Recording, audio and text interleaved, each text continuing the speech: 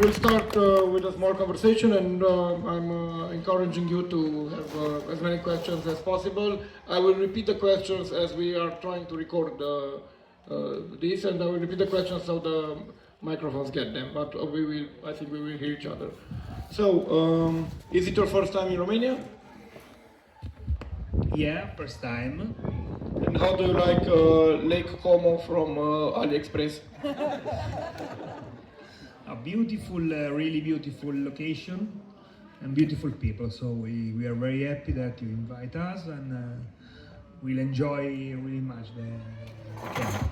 We are glad you like it. This location is the first time for us, but we have beautiful people from for the third time this year. Okay, I want to ask you, how many games did you design? I don't know exactly. I don't keep track exactly of each of numbers. Another interview made this question, and I don't remember exactly, but more or less it's a little bit more than 30, excluding expansion and promos and additional stuff. A new edition. So new game, completely new game is a little bit more than 30, 31. But it's possible that I may... This is great because you have a very, very high ratio of good games. If you only have 30 games, you have a lot of great games. You don't have 500 games with 30 good games. You have 30 games with 20 very good games. Yeah, and one of the big challenge of this work is to do the best each time, because the market grow very, very well and the community grow very well, but also the number of published games are really high. So the goal is to create something that is played several times from the player and remain on the table. And each time it's more difficult because really high quality game comes to the market, and a lot of new designers with really skilled, so it's difficult. But it's also a challenge that help the publisher to create better games. So it's fun. We know because when we first discovered you, we played Tzol'kin. It was your first game I played, and we played it a lot. And we played Marco Polo a lot. And now we play Nucleum or Barrage or one or two times because we don't have that time, because there are a lot of games and we don't get enough time to play them. That's why we do these events. We try to have time to play games because that's the most difficult. We have enough games now. There are a lot of games. We try to have time to play them because we want to use them if we have them.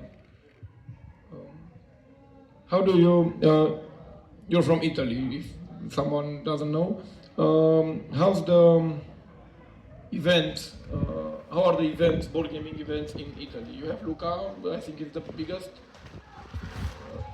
Yeah, as a fair we have Luca, that is one of the biggest, not only about board games, it's more about comics than board games.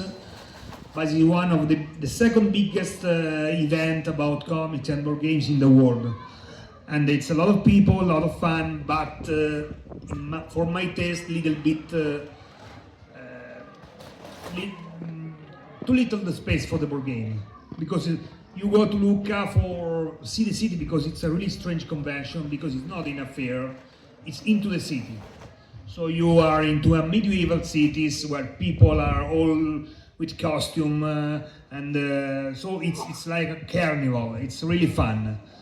But for me, Modena Play is the best event for board games because it's only focused on board games and growing year after year. So we have several events, but little bit less this kind of event. So I never heard about this number of people that play for a week in a location. So we have some of them, but for a weekend, little bit less organized. We had this for weekends for, I don't know, more than 10 years from now. but it was 30-40 people for a weekend, or a long weekend from Thursday. But we tried to grow this because there are more and more board gamers, and it just isn't enough.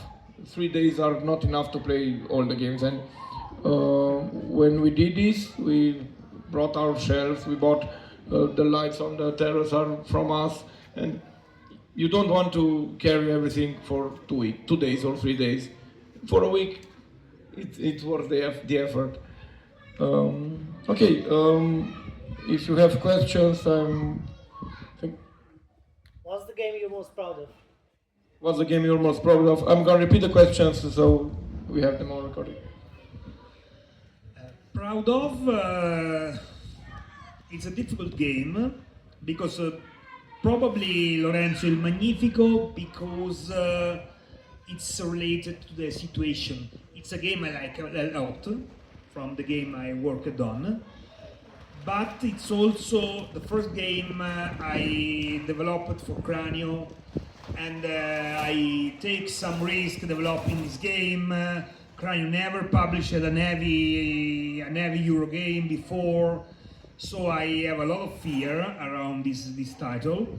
And it was a success, and people like it, and also Cranio become a publisher of a Euroboard game for a lot of people and change the perception of Cranio. So it's one of the game I most related to. I have a lot of emotion about this game.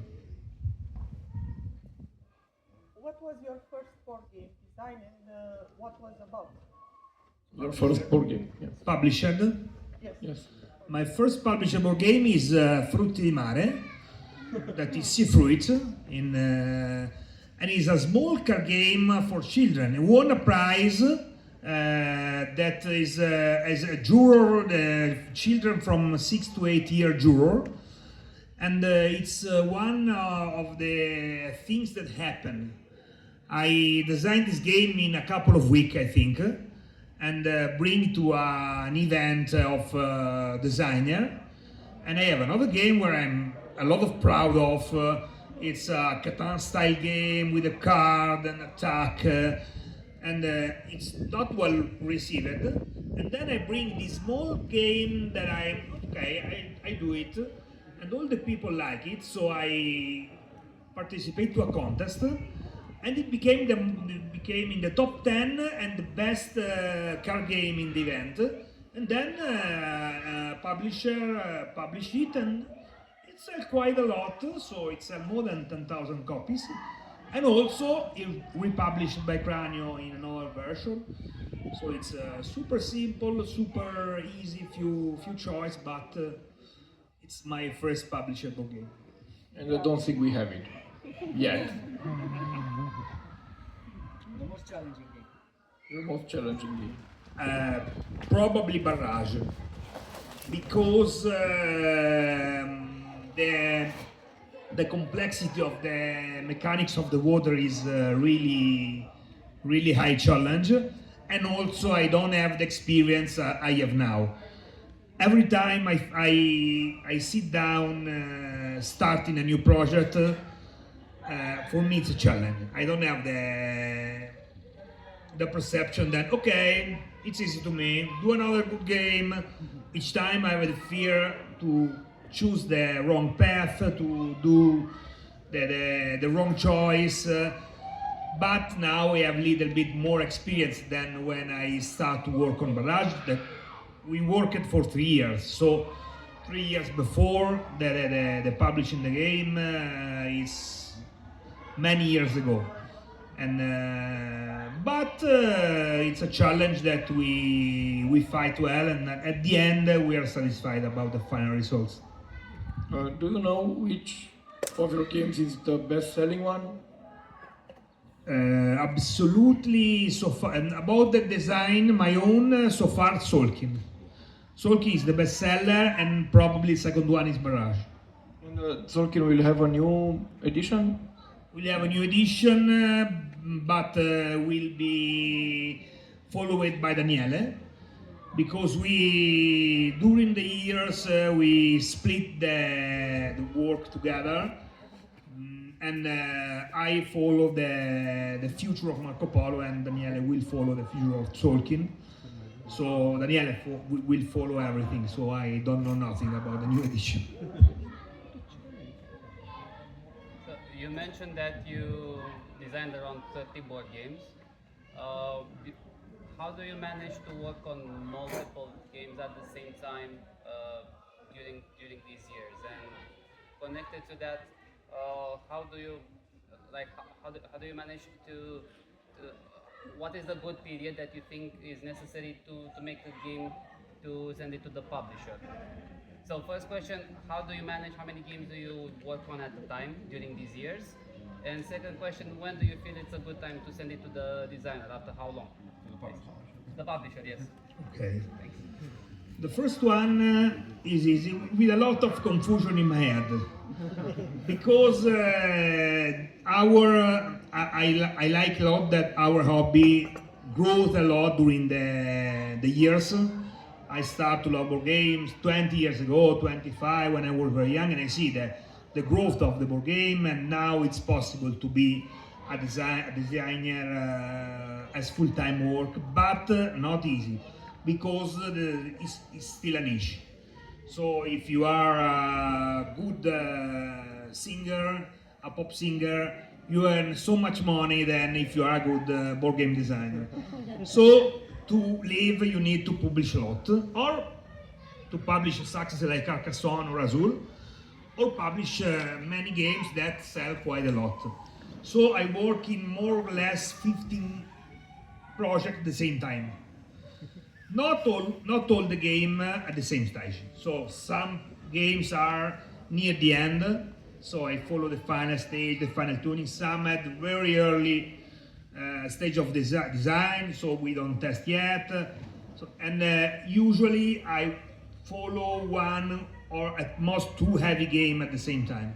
The other are simpler, so I divide the weight of the game. I work a lot with co-designer because it helps a lot to keep track of the process, have a new idea, and also you keep track of the things you take note. When I start to design, I work on 1, 2, 3 projects. I don't write anything. Now I need to write a note about development, ideas, because in all way everything mixing in the head and I don't understand nothing. So I keep track for each project, the problem, each test, not each test. I'm not super organized, but little bit more than 10 years ago because need to follow a lot of projects. For the second question, it's little bit different than for a lot of designer because I'm not only designer. I work also as a developer, so I'm part of Cranio Creations. I'm one of the owner of the company, and also I follow all the development process for the company. So I select the game, I develop it. In this way, I'm internal of the company, so we work in a different way than usual. Usually, when you feel the game is good, you present to the publisher. If it's good, okay. If it's not good, you try to another publisher. In Cranio, I can share the project also before it's at the end of the development, because my other colleagues can send me feedback, can send me direction. Also, for example, in a productive process. So if I work a game with a strange component, I can ask for a quotation just to see if it is possible to produce or not. So we, more or less, I work alone before the game more or less works, so it's playable and it makes sense to play it. But then I work with the company. Then I don't work only with Cranio. Cranio is first choice on my game, so I show to Cranio first, and then if we are too full on our catalog and editorial plan, I show to the other publisher. But also I try to create a good relationship with publisher So for example, Board and Dice or Thundergriff, we are close and we can also share project before the end. We can say, okay, the game is 80%, but I can do fine tuning in 2 months if you like it. And it helps a lot because I work when I'm sure that the game is will published. So I do 70-80% the work before, but I can wait. And it's something not easy to do for a designer. Usually it's not possible. It is possible for me because I build these 3-4 relationship with some publisher, and it helps a lot. Because one of the big problems for a designer is that you design a game, you like it, but it's possible that no one publishes it. So you work for 6 months and then it was because you have no you are not sure that what a publisher wants it. We have a few aspiring designers here, without any published game, but mostly Euro games. They have Euro games in the works. They are not. They are working something else, and they get their money from something else. So that it's a hobby project. But what? I have 2 questions. What's your some kind of advice? Well, how should they sent it to some companies that, as I know, and so they did some stuff, and I'm very curious on a Euro game, on a, I don't know, a game like Marco Polo Complexity or Austria Hotel. How many different testers play the game before it's finished? Not how many plays, how many testers? I'm curious. How many people? I start from the last question. It's really important to change tester because each gamer have a different experience with the game. It's about taste, style of play. A lot of things change. It's one of the things that I love in board game. If I create a film or a books, it's a books. Then people can imagine something, but the story remain the same. In a board game, you create a world that you put in the hand of the player, and the player can change a lot, can influence, can make decision. But it's also a problem because I give you an example. We test Barrage with several people, but not so much. Imagine 15. But mainly we tested the final years with a couple of groups, mainly one that are a good gamer and play the game very well. And the game, till 6 months from the launch of the Kickstarter, has included Lake Water Project completely. So for us the game is with Lake Water Project inside. Because the player play very well and fastly into our play all the game, they don't have problem with the complexity of the game. And also as for designer. Then I go to Gen Con to test the game, and I create a reduction because I have only two hours slot with each group, and we are rotation. People come test the game, and I have only 2 hours, so I made a reduction version of the game. So cut out Lake Water, and cut also another small pieces the technologies, and test the game with the people. And the feedback from American player is, oh, good game, but it's really heavy, eh? And I'm thinking, oh, it's more or less out of the game. It's possible that we have a problem. So I call to Tommaso and say, oh, we have a problem. We need to streamline the game, but it's really close to the Kickstarter. So we cut out the Lake Water project and test super fast because we want to be sure that the game works well, and then we decide to go through with the game you see now. And our mistake is to play test too much with the same group. So it's really difficult to have 30, 40, 50 different gaming groups because time of the people are limited.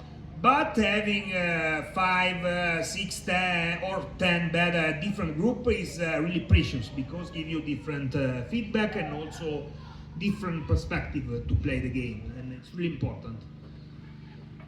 And the first one is, don't you know? What's your advice for the designers? Okay. How should they approach companies? When should they approach companies? Because The first things before the approach of the company for me is to share your games with so many people as possible and share the game with other designers. In Italy, my career is really helpful, a great community of designers that test together. I test your game, you test my game, I give you a feedback, and there are people interested in your work, if your same passion, and it's really helpful for me. Then present the game on the publisher when you are sure that the game works very well. You feel that your tester want to play again the game, and not only because you're a friend and you try to present, because also the feedback of the publisher are important, because give you also a point of view, editorial point of view, because it's not the game not only must be fun, but also have some kind of component. So feedback from publishers are important. My suggestion is to present to 2 or 3 publishers and wait, because one of the problems is that the time of evaluation of a game is not 2 weeks usually. It's 2, 3, 5, 6 months. Sometimes it happens to me that I passes 1 year and I call again, no, we don't test the game yet because we are too busy. So, but now that I'm publisher, I know that one of the big problems is the time, because you don't have time to play, but also I don't have time to play so many prototypes I receive. I receive usually more than hundreds of presentations, where I select more or less 100 of prototypes that I test in each year, and it's so much time, because sometimes you need to test 2 times, so it takes time. And present to 2 or 3 publishers, get the feedback, and then present to another 2 or 3 if you don't have a contract or you are not find a good publisher. This because you can upgrade the game with the feedback of the publisher. If you present the game to 10 publishers at the same time, if the game is not so good or you made some mistake in development, you burn the possibility to present the game to that company. Because 90% of the time, if you present me a game and then you want to present me back the same game, it's really difficult to get my attention. Or the game is really good, a great idea, not well developed, so I still want to see again. But a lot of time, if you present the first time and I don't like it, that's all. So try some company, then get the feedback, try to update the game and go on. And to present the game, I'm guessing the sell sheet is very important. I speak as a publisher because one of the biggest problems of publisher is the time. So for me, my best feeling is a video. Make a video of 2-3 minutes, don't explain all the rules, but explain the kind of game, the potential, the component. So in very few time you are able to get me the game. And then if it's interesting for me, the most easy version to present is a digital prototype of Tabletop Simulator. It's a program where you create the game in digital, quite easy to do. So it's not necessary to be a programmer, or it's really easy. And you can play with me a couple of rounds, you can explain the rules, play with me, and in half an hour or 1 hour I can give you a feedback. So for me it's the best way.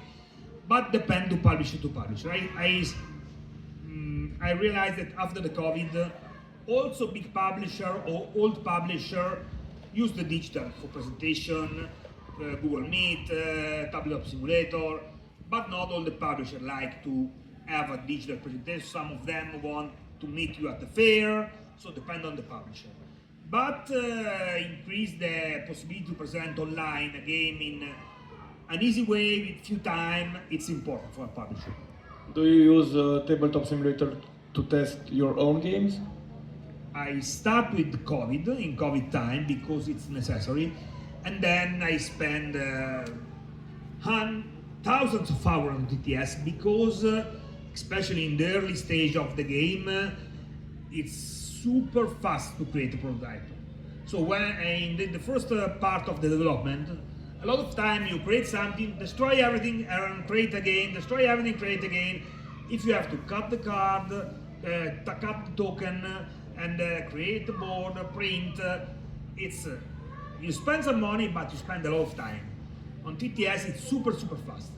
On the other side, playing live, as everybody knows, it's more relaxing, more fun. You speak with the people. Playing through a computer is really more stressful, but speed up so much the work, especially at the beginning. Other questions? About Cranio Creations, can you tell us how many employees does Cranio have? How big is Cranio's team? How many? Okay. We are from 20 to 25 people, but divided into different branches. Because we have distribution in Italy, we have publishing, so the game published worldwide. We have a Ludopub in Milan, so 4 or 5 people works in our Ludopub, and it's a shop and Ludopub together, so that people get a drink, play, and can buy also board game. And How big is it? The pub? How big? How many seats? How many Seats. people work? No, how many? Not so much, I think 30, 40. Because I have some space inside and also I have a bigger I have a bigger pub. yeah. 40. I have 40 people.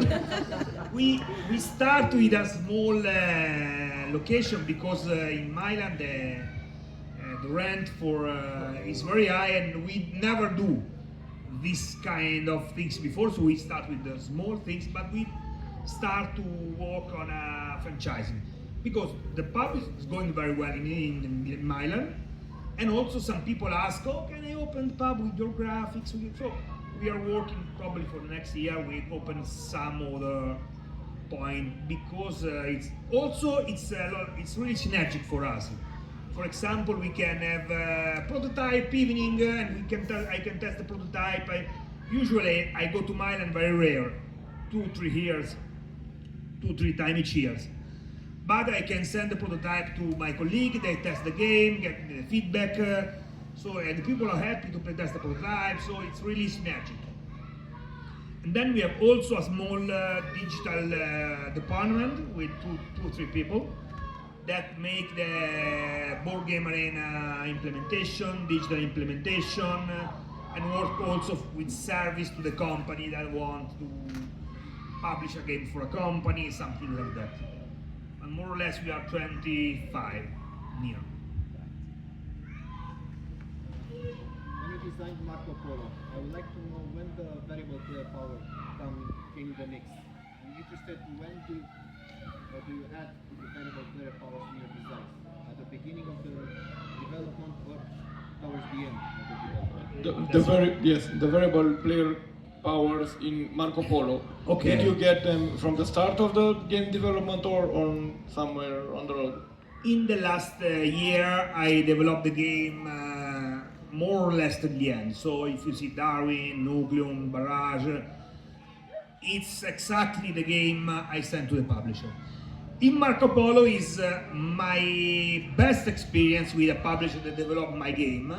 Really deep, because it's a long and complex process. We send the game, we won a contest in Italy of prototype, the biggest contest in Italy of prototype, and Ravensburger and Hansing Look take the game. Then Ravensburg is too complex for them, but Hansing Look liked the game, developed the game for 6 months, and then find some problem, cannot solve, and give the back to us. We worked for another year, and changed the game so much. The first version, imagine that could be a light cannon, very light cannon, lighter than the final one. There are the same mechanism, but the map are completely different. There are no camel, there are no black dice. Then we developed it for 1 year. We changed a lot. We made the variable map with the card. We made the black dice, the camel, and sent to Ansing Look. They worked for another 6 months. They loved the project. They loved the change we made that solved the problem. And they worked for more 6 months, and they have the special character. We didn't send any special character to the game because we keep the game streamlined. In our idea is our goal is to win the Kennerspiel, more or less. So streamlined game, little bit for gamer, but simpler. And then they put the game under steroid and became more tight, more power, and when we play the game, we saw it's really different. But I think they made really the perfect choice, because adding the power to the variability of the map that we send to them make a combination that it's probably the games I still continue to love to play several times. I play on Board Game Arena, and I always want to play, and always is a new challenge. So they made a really good work. But the character is completely from the publisher. What inspired you to design your latest game? What inspiration? Which one? Your latest one. The ones that are not yet out. The next coming. For example, this autumn Cranio will publish a game named Golden Cup. That is a really strange game at all, and more strange for me, because it's a medium level game, not super simple, but not a complex game. You can play in 1 hour, 6 people can play in 1 hour. And it's a game that starts from a project about football. I have another designer that we are friends for many years, but we are not published yet, nothing. But he sent me a game about football, and then we worked for several months in the spare time about this game about football. When I play challenge, I have an insight. I like so much the idea to have an auto battler game that fight with the other player, but I like to have something more complex than challenge, with a little bit more choice, with a small economic engine. And so we have the concept of challenge to this game of football, and then we develop again, we change completely everything, and we are very happy about the final results. And it's a small game, but really interesting in our opinion. And it's stuck. And then at the end, it's not a game about football, because when we speak with Cranio, we have a lot of fear about the perception of a football game in the board game community. Some people don't like. I receive a lot of feedback, several feedback like this one. Oh, if it's a football game, I don't want it. So we changed the game to a fantasy sport. So you have a strange creator that play fantasy sport, so you don't have a real football serious theme, and then we'll see how it will go.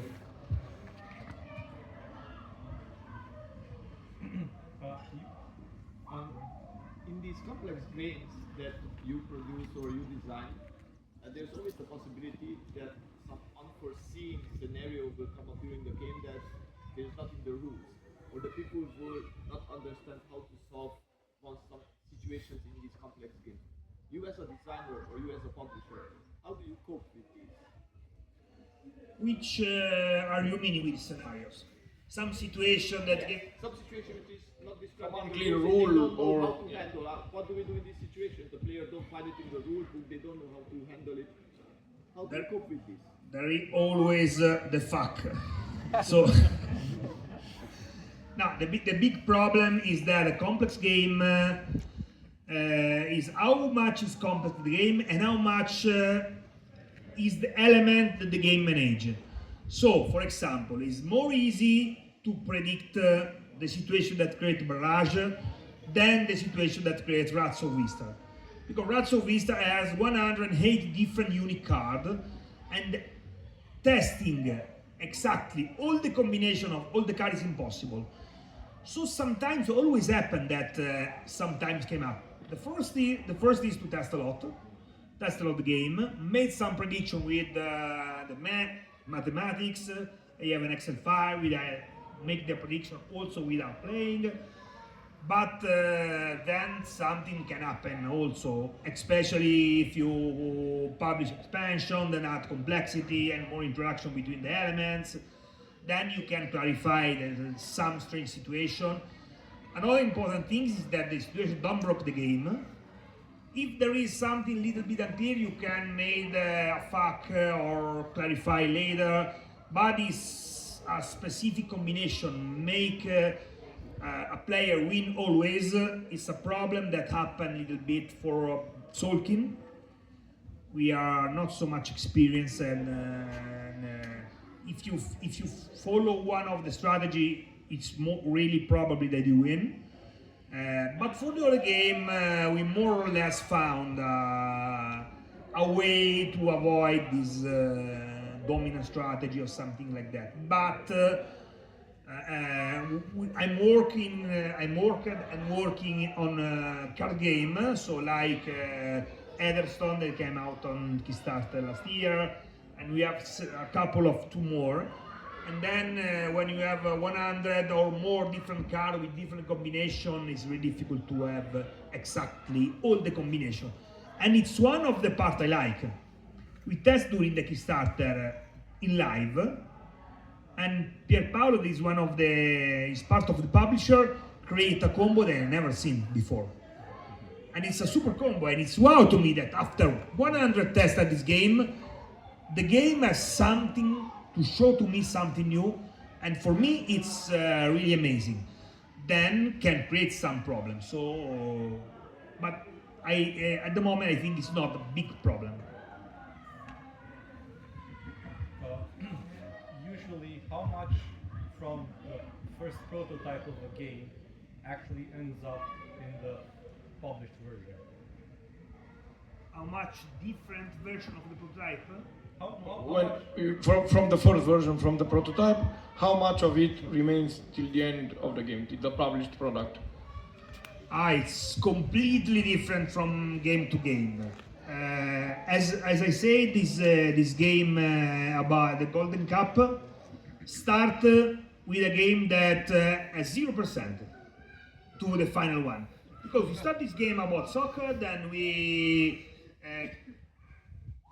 take out one mechanism from the game, and then build around this mechanism. At the beginning, there is no in the original project, so we change everything. Sometimes you change also the main mechanism. Rats of Vista, we build the game around one action selection mechanism, and then after all the development, we are not convinced that it worked well. We found some problem, we changed the core mechanics so that we'll join the game at the end of the development. So it's one of the magic of designing game, that each game has different stories. Some game, especially for the lighter one, like Frutimare, you have the prototype that came out in 1 week, 2 weeks, and that's it. But also Darwin, we fight a lot to find the action selection mechanism, but then everything come to the table very quickly. And during the COVID, in 4 months, we designed the full game. So it's about luck, it's not predictable how much change and how much time do you need to develop a game. What are some of your favorite games designed by others? Some of your favorite games, but not your own games, designed by others. I like a lot Brass, it's one of my favorite. But the game I play more often in the last 5 years, probably Terraforming Mars. I like card, I like combos, I like the game is really a genius game because there are something that I don't like. I don't like direct attack. There are something that that can develop in a different way, but doesn't matter. The game has a strong and fascination, and I play a lot of time. And the third game I play so much is Magic the Gathering. I play from the first Italian edition, a little bit less than 30 years ago. And in a different, now I play only online because I don't have time to buy card. I don't like the collectible aspect, but I like so much the idea to create a deck, to think about a deck outside the game. So we stop the game, we close the game, and I still continue thinking to what I can do the next time. And it's something that is really difficult to do with non-collectible card game. Any games that you don't like?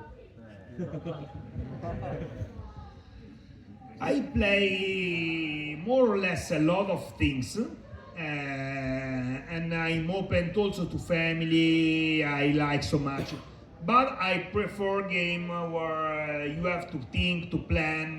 That is challenging my mind. So, for example, imagine Micro Macro.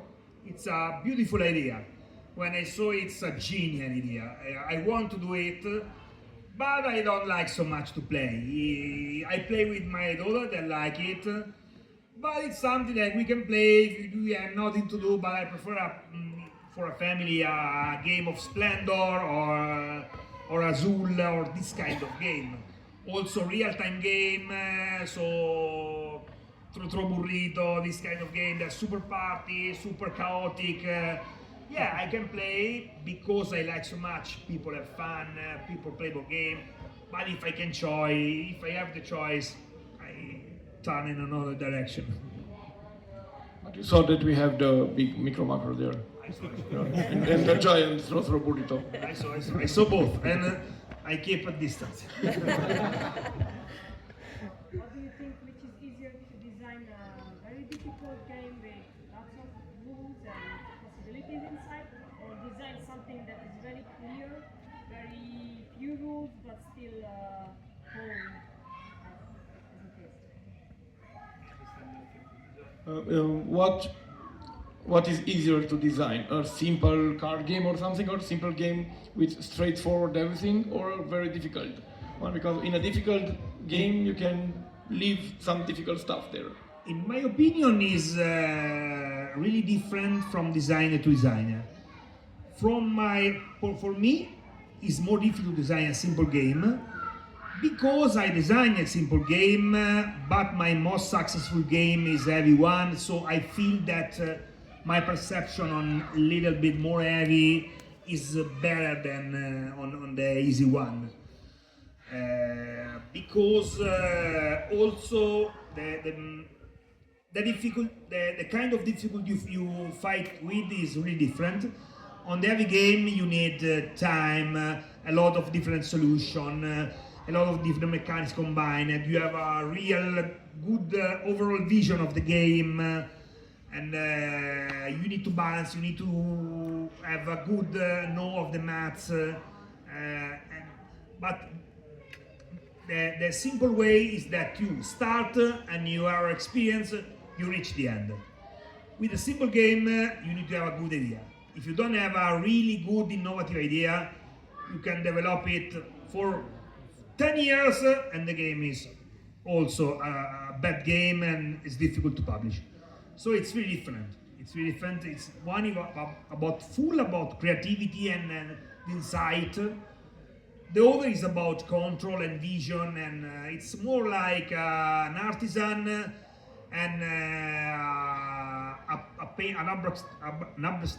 abstract painter. So you have an insight and design something with something new, and the other is you fight for months or years to cut an element, add one, balance everything, and so it's different. For me, it's easier the long one. But this year and the last year, I'm decreasing the level because I want to see how I can solve the challenge of not super easy.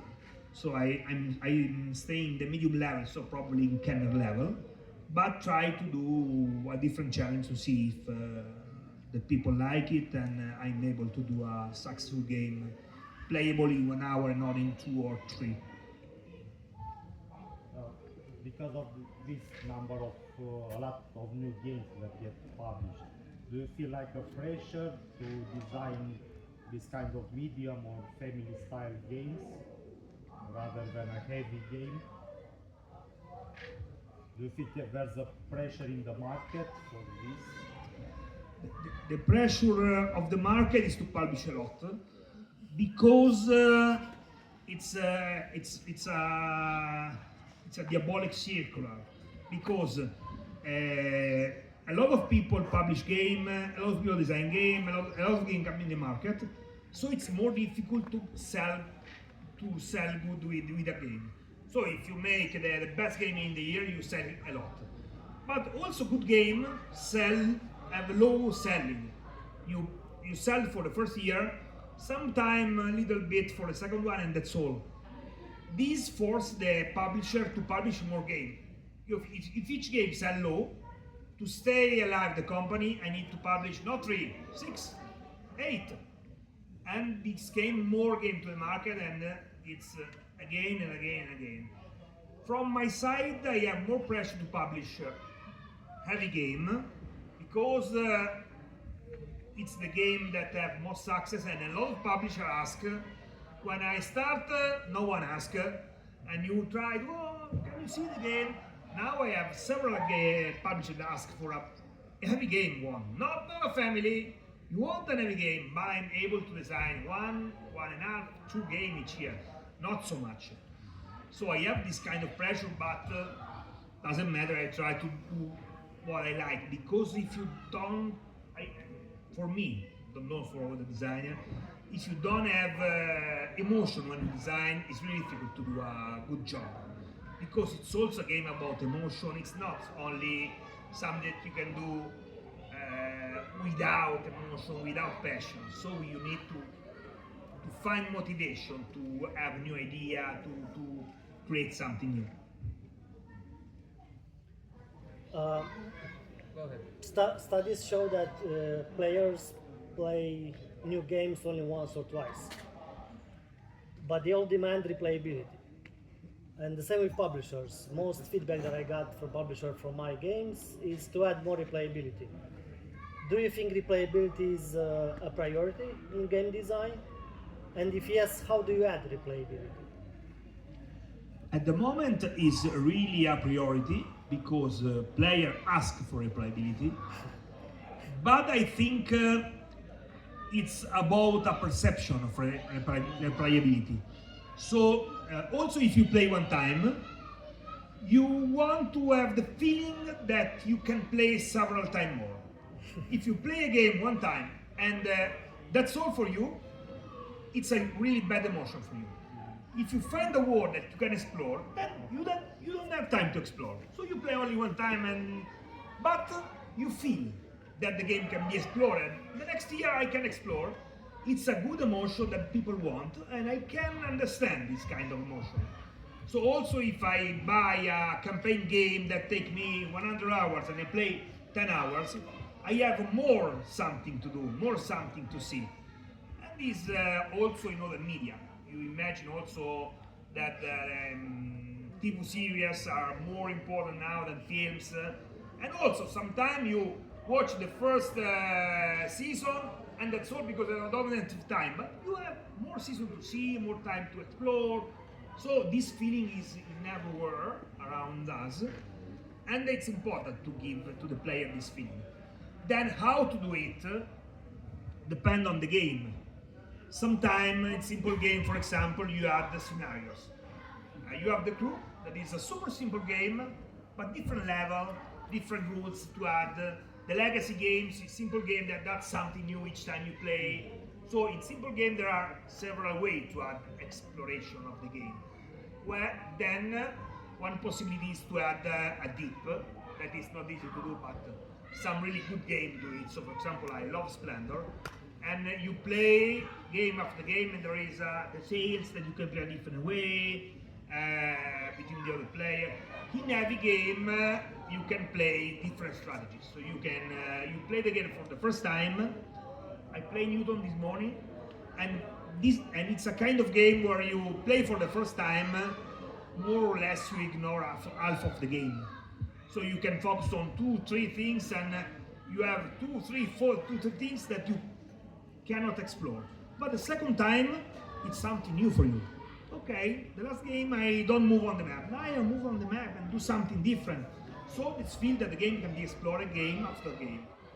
So it's something that creates problem because the game is more complex, more information, but it's a good feeling for the player.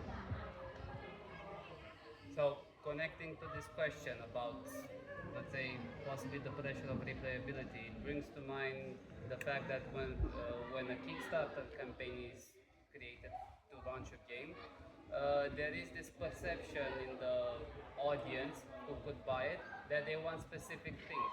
So you take them in consideration when you launch a Kickstarter, such as showing that it has a lot of replayability or a lot of awesome components. A lot of campaigns show the component count or elements that will be unlocked and so on. So when you do you feel that if you can choose between launching with Kickstarter, which makes it easier to crowdfund, compared to launching traditionally, what do you prefer? And I ask this question because there was a perception from another designer, from Stonemeyer, from Jamie Stegmaier, that at one point he decided to give up on Kickstarters because he felt that there was much more pressure on specific elements regarding time, regarding expectations and all of this stuff. And he felt that he overall kind of had less control to launch the game the way that he wanted to. So from your perspective, what do you prefer, Kickstarter or traditional launching, and why? I strongly prefer retail. And I don't have a Kickstarter account. I never buy a Kickstarter in my life, but mainly because I cannot wait. So I want to buy the brass edition because I love brass, but they say, oh, we'll send you in 1 year and a half. 1 year and a half. I don't know if it exists after 1 year, so I cannot plan for 1 year in the future. But I strongly prefer retail for my taste, for my personal taste, and also because I don't like over component, I don't like 100 of expansion because I don't have time to play, because a lot of motivation. As designer, it's an opportunity of earn more money, especially for a heavy game, because heavy game also that have a success sell for 1 year, 2 years, that's all. So a Kickstarter is an opportunity for have more margin on a project. So it is an opportunity. So I sometimes join on a Kickstarter, but usually I prefer retail. Also because Kickstarter change the rules of the games, not always in a good way. Sometimes in a good way because push the market to high quality product with high quality material, but sometimes push too much in this direction with crazy price, and also Kickstarter companies have failure because produce a game with overproduced component is really difficult, and also at the moment Kickstarter is a complex market in a complex situation because the publisher understands that the people of the money is limited. They never think before because they grow and grow and grow during the years, and also Kickstarter makes success. But when the Kickstarter go to 3, 4, 5, 600 of euro, it's a little bit too much, and probably now try to find a stability between price, between deluxe component, between something else. So need to be something in the middle, because I feel that at the moment it's not easy to go to Kickstarter. From my opinion, for example, as Cranio, Kickstarter is a good opportunity for expansion, for this kind of, because usually you sell low expansion. If you sell an expansion of Azul, it's probably you sell quite a lot, but usually you sell 20-25% of the base game selling copies. So if you sell 500, it's not really good for an heavy game. You probably will sell 10,000, 15,000. It's not a lot for a project. Kickstarter made to send directly the product to the people who like it and turn around the retail, and could be an opportunity. But we'll see the future of Kickstarter. Thank you. What was your first board game you played? I started very young. I play when I was a kid, so probably I remember chess and Monopoly when I was kids. And then I follow all the process of the board game. So I have a blast with Hero Quest and Star Quest with the first red box of Dungeons and Dragons, and then Magic blow away everything because drain your time and your money. Do you have prototypes that didn't work so well and you shelved them because the idea wasn't so bad or you got stuck on the development process? And if it is so, what is the ratio between published games and those that will never be published? At the moment, it's really high. Really high because after more or less 20 or more years of designing, I made a selection. So I try to put an idea on the table, work a little bit for a couple of times, and then throw away directly. So I don't work so much on a project, and when I work so much on a project, I am more than in the past a direction. So in the last 3 years, for example, probably is near 90%. The project when I work a lot compared to the publisher, the work I publish, more or less. But in the past, I have a folder in my computer with old project. Sometimes I open it and there are 50 projects, 60 projects that I never published with some idea. Also developed game, also games that win some prize and the competition contest. Second place, never published. To the most important prize for game in Italy, for prototype. Because the game changes and also the competition is high. So if you start to design game, you know that at the beginning you throw away so many ideas, so many prototypes. And it doesn't matter. My opinion is that this kind of work must start as hobby and you need to have fun. Yeah, I don't publish it, I throw it away, but I have fun to design it, I have fun to play with the people, and it's okay to me. And then, step by step, you start to choose the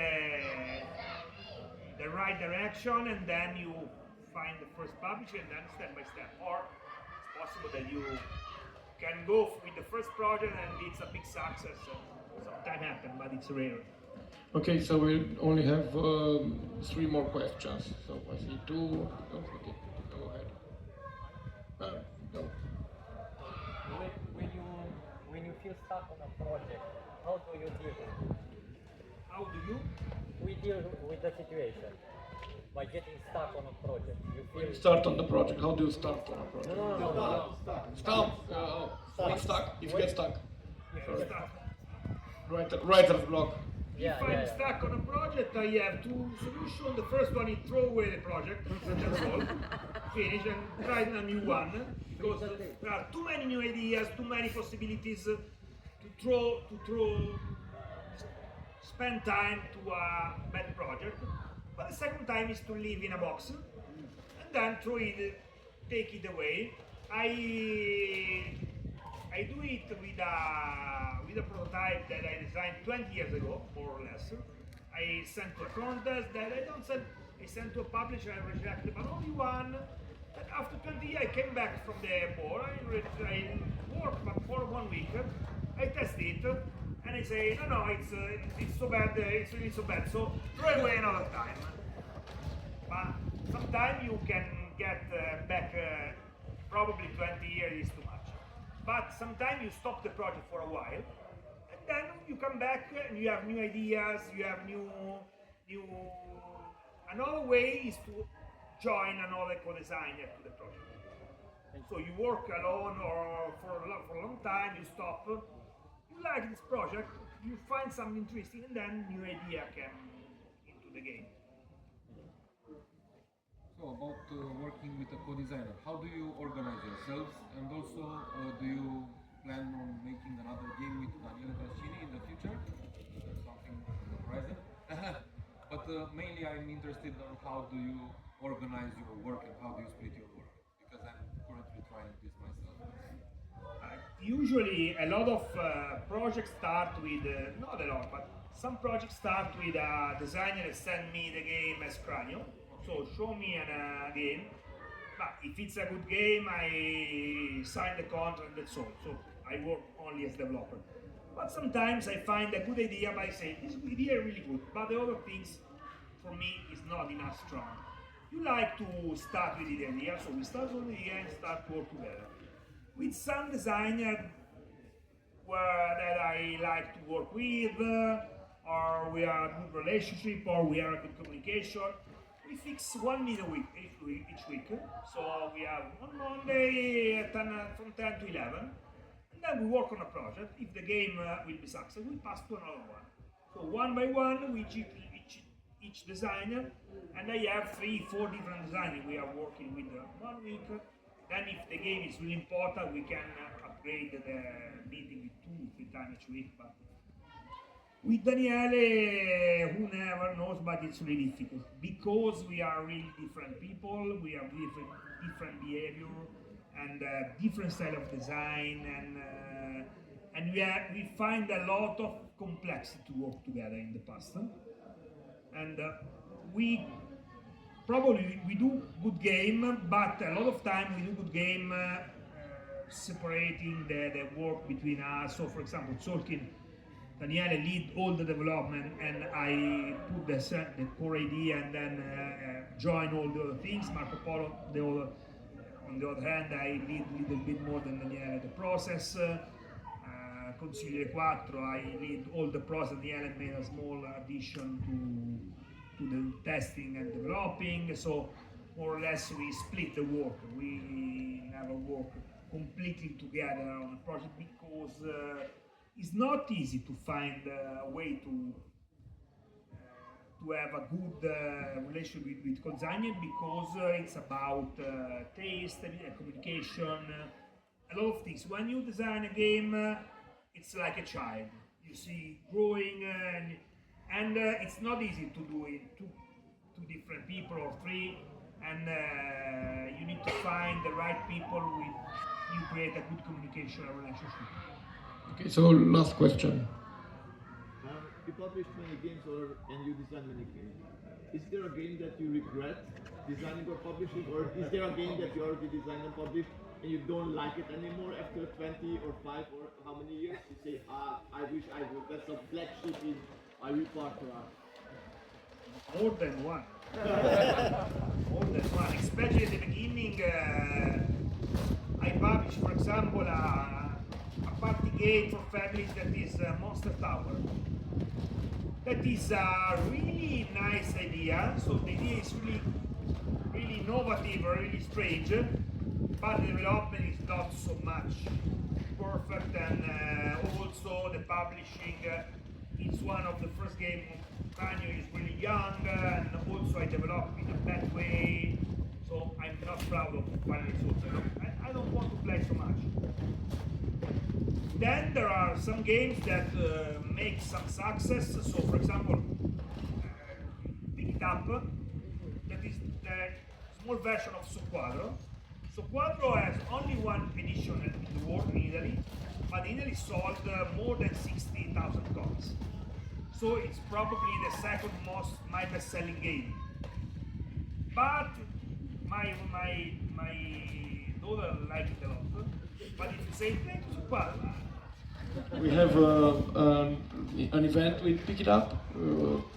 Children will play Pick It Up, I don't know when, tomorrow, the day after. And after they win, they will hit a piñata. A meatball piñata. Okay, so thank you very much, and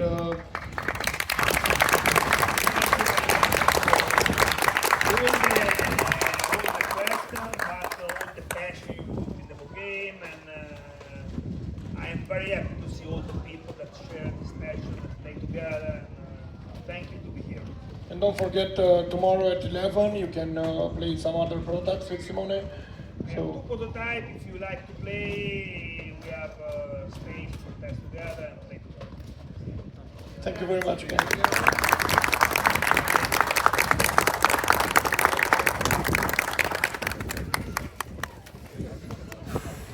Cine e următorul designer?